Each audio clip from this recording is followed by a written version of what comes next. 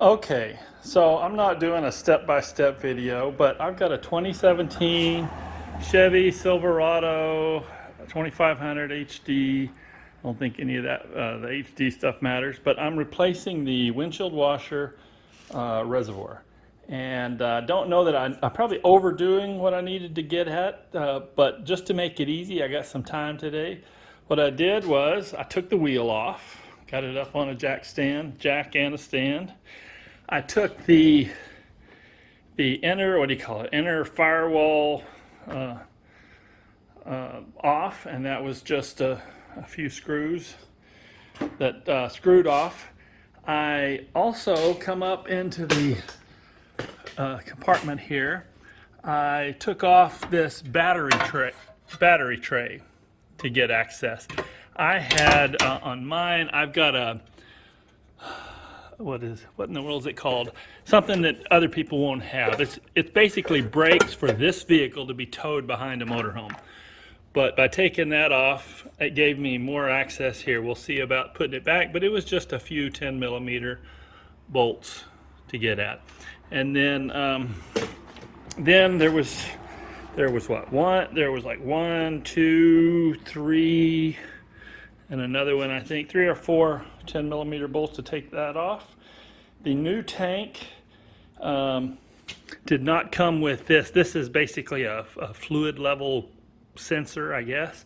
I've already transferred it out of here to here, and it was just pull it, get a little screwdriver under there gently, pop it in and pull it. There's a new silicone rubber seal that came with the tank, but the sensor itself is put in there. So I'm gonna pop that back up in there and basically, repeat the steps that I had before. The other trick was that somebody said I left the topmost bolt in until I was ready for it all to come out. That way it supported, on the old one, it supported itself, and I didn't have to fiddle with it. Did have to pry the electrical. This connector, the way it worked was the red was pushed down. I had to pry the red up as my thumb is going there, up and away, and then it came off. This guy, where is it? The retaining is on, it's on over here.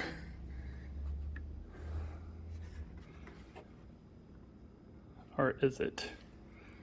I'm not seeing it. Oh, sorry, that's just that connects in there. And oh yeah, the connector, which I guess I didn't have to take that off, or maybe I did. But I just stuck a screwdriver in there and pulled it apart. By stuck a screwdriver, I mean down through there or up through that little slot there. And we'll put it back together. Hopefully this helps somebody. Okay, there was one more thing that I didn't mention. There's a screw that you got to go under that battery tray I showed in through this hole, and it has a little clip on it right there, little metal clip that didn't come on the new Reservoir. You just had to pry it off of this one and put it onto the old one. That was one additional thing. There it is, right up in there, a little clip so the bolt will have threads to hold on to.